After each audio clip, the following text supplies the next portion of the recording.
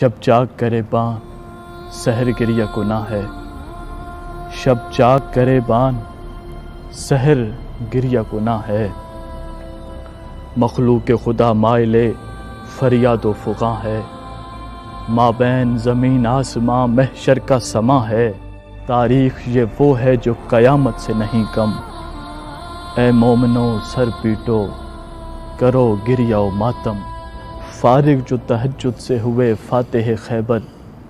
اور صحن میں آئے جو ہی حجرے سے نکل کر، بس قصد کیا ہی تھا ابھی جانے کا باہر، ہوتا کہ ادا فجر کا وہ فرض مقرر، مرغابیوں نے گھیر لیا حق علی کو، دروازے سے جانے نہیں دیتی تھیں علی کو۔ اور پھر کائنات نے وہ بدترین منظر دیکھا کہ جب علم و فضل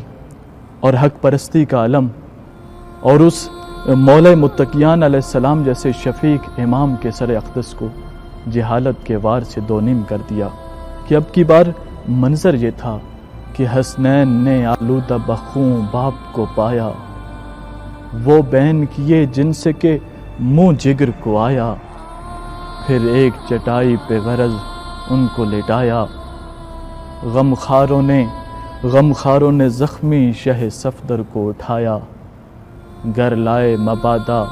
کہیں حالت نہ بگڑ جائے، سر کھولے ہوئے ثانیے زہرا نہ نکل آئے، داخل ہوئے جب گھر میں پسر باپ کو لے کر، یوں نالو شیون سے بپا ہو گیا محشر، تھامے ہوئے تھی بیٹی کوئی پاؤں کوئی سر، آہستہ سے حجرے میں لٹایا انہیں جا کر، تھا ورد زباں وا علی آہ بکا میں،